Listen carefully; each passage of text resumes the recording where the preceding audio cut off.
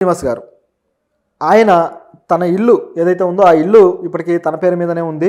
అయితే ఈ ఇల్లు విషయంలో మాత్రం కొద్దిగా వివాదాస్పదంగా నడుస్తూ ఉంది వ్యవహారం. అది ఇప్పుడు కొత్త ట్విస్ట్. వాణి ఆ ఇల్లు నాది, సో నాకు ఆ హక్కు ఉంది కాబట్టి మీరు బయటికి వెళ్ళిపోండి అని చెప్పేసి వాణి గారు అంటున్నారు.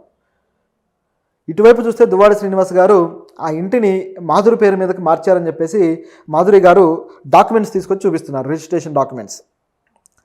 సో దాంతో వాణి గారికి షాక్ అయింది. ఏంటి ఇలా జరిగిందని చెప్పేసి అర్థం కాలేదు.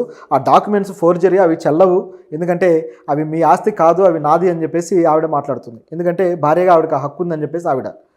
కానీ ఇక్కడ గమనించి చూస్తే ఆల్రెడీ ఆవిడకి వేరే ఇల్లు ఉంటే అది ఇచ్చారు, తర్వాత వేరే వ్యాపారాలు ఉంటే వాటిని కూడా ఇవ్వడం జరిగింది. అయితే ఈ ఇంటికి సంబంధించి మాత్రం గొడవ చాలా రోజులుగా నడుస్తూ ఉంది.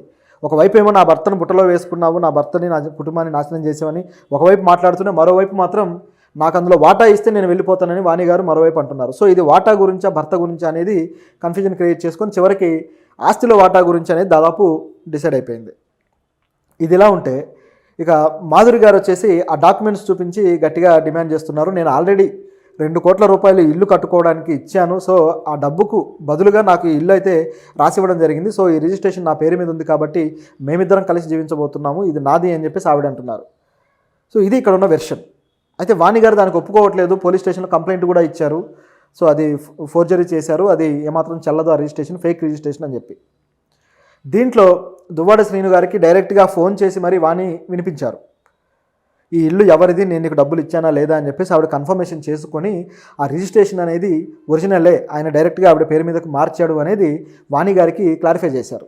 కానీ ఆవిడ ఏమాత్రం కన్విన్స్ అవ్వలేదు. ఖచ్చితంగా దీంట్లో నాకు వాటా ఉందని చెప్పేసి ఆవిడ అడుగుతూ ఉన్నారు. అయితే దీంట్లో భాగంగానే మాధురి గారు కొన్ని మీడియా సంస్థలకు ఇంటర్వ్యూలు ఇస్తున్నారు. అయితే ఆవిడ అనేక విషయాలు చెప్తూ ఉన్నారన్నమాట. సో ఇక్కడ జరిగిన సంఘటనలకి ఆవిడ చెప్పేదానికి మధ్య సింక్ ఎలా ఉందంటే, మామూలుగా అయితే ఇప్పటిదాకా వచ్చిన ఆరోపణల్లో దువ్వాడ శ్రీను ఆస్తులను కొట్టేయడానికే మాధురి ఈ విధంగా ఆయన బుట్టలో వేసుకుంటుంది, ఈ విధంగా వచ్చింది అని చెప్పేసి వాణి గారు అలాగే ఆవిడ కూతురు ఆరోపిస్తూ వచ్చారు. అదంతా దృష్టిలో పెట్టుకొని నా దగ్గర ఉన్న 30 కోట్ల ఆస్తిలో 29 కోట్లు మీరే తీసుకోండి, నేను రాసిచ్చేస్తానని చెప్పేసి దువ్వాడ శ్రీనివాస్ అనడంతో ఇది ఆస్తికి సంబంధించి ఆవిడ ఏదో ఇది చేయడం కాదు, ఇది వేరేగా ఉంది అని చెప్పేసి జనాలు అర్థం చేసుకున్నారు. ఆ తర్వాత ఆయన్ని టెక్కల ఇన్ఛార్జిగా తప్పించడము రాజకీయంగా వాణి గారికి ఇంకాస్త ప్రయారిటీ పెరిగినట్టు అయింది. సో ఇదంతా రాజకీయ ప్రాబల్యం కోసం చేస్తున్నది అన్నట్టుగా కనిపించింది. అయితే ఇప్పుడు మాధురి గారు చెప్తున్న విషయం ఏంటంటే, ఆయనకు అసలు ఏ ఆస్తులు లేవు, ఆయనకు ఆస్తులు ఉండి బుట్టలో వేసుకునేంత అవసరం నాకు లేదు, నిజానికి నాకే ఆస్తులు బాగా ఉన్నాయని చెప్పేసి ఆవిడ అన్నారు. ఆవిడకి శ్రీకాకుళంలో కావచ్చు, వైజాగ్లో కావచ్చు, టెక్కల్లో కావచ్చు, సో ఇట్లా అనేక ప్రాంతాల్లో ఆస్తులు ఉన్నాయి, నాకు ఇల్లు ఉన్నాయి, అలాగే టెక్కల్లో పెట్రోల్ బంక్ ఉంది, దాని నుంచి ఆదాయం ఉంది, అదేవిధంగా ఒక ఫ్లాట్ కూడా ఉంది, వైజాగ్లో మంచి ఫ్లాట్ ఒకటి ఉంది. సో ఇట్లా 2 కోట్ల రూపాయల ఫ్లాట్ అది. ఇట్లా నాకు చాలా ఆస్తులు ఉన్నాయి. దాంతోపాటు మా ఫాదర్ ఆల్రెడీ రియల్ ఎస్టేట్ వ్యాపారి, అదేవిధంగా మా గ్రాండ్ ఫాదర్ కూడా రియల్ ఎస్టేట్ వ్యాపారి. సో మాకు ఆస్తులు బాగున్నాయి, మేము ఎందుకు ఈ విధంగా ఆయన దగ్గర ఆస్తులు తీసుకోవాల్సిన అవసరం ఏముంది, పైగా ఆయనకి ఏమీ లేకపోయిన టైంలో నేను ఆయనకు డబ్బులు ఇచ్చి ఆ ఇల్లు కట్టడానికి హెల్ప్ చేశాను కాబట్టే దానికి బదులుగా నాకు ఈ డాక్యుమెంట్ ఏదైతే ఉందో ఇది రిజిస్ట్రేషన్ చేసి ఇచ్చాడు అని చెప్పి ఆవిడ చెబుతున్నారు. అయితే ఇందులో ఒక అంశం కనిపిస్తూ ఉంది. ఏంటంటే, ఆ ఇంటిని ఆయన చేతి నుంచి ఏదో రకంగా కోర్టుకు వెళ్ళి ఆవిడ లాక్కునే ప్రమాదం ఉందని గ్రహించిన శ్రీనివాస్ గారు నాగ్గా దాన్ని మాధురి గారికి రాసిచ్చేశారు.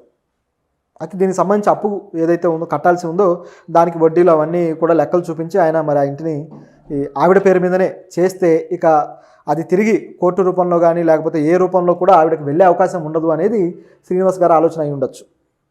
పైగా మిగతా ఆస్తులు ఎన్నో ఇస్తున్నాను కదా అనేది ఆయన పాయింట్. మరి అన్నీ ఇస్తున్నవాడు మరి ఈవిడ ఎందుకు దీని మీదనే అడుగుతుంది అనేది అర్థం కావట్లేదు. పోనీ ఈ ఇల్లు ఇస్తే మిగతా ఆస్తులు ఏమైనా వదిలేస్తారా వాటా? ఒకవేళ అలా వదిలేసేటట్టయితే దీని వాల్యూకే మిగతా ఆస్తులు కూడా వస్తాయి కదా. సో అవి ఆయన పేరు మీదకి ఏమన్నా తీసుకునే ఛాన్స్ ఉందా? ఇది పూర్తిగా ఆస్తి గొడవేనా లేకపోతే ఇంకేమన్నా ఉందా?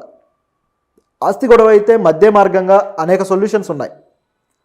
కేవలం ఒక ఇంటి మీద పట్టుకొని కూర్చోవాల్సిన పని లేదు. దాన్ని శ్రీనివాస్ గారు కూడా అదే పట్టుకొని కూర్చోవాల్సిన అవసరం లేదు. దీంట్లో మధ్య మార్గంగా చాలా మార్గాలు ఉన్నాయి, సెటిల్ చేసుకోవడానికి అనేక అవకాశాలు ఉన్నాయి.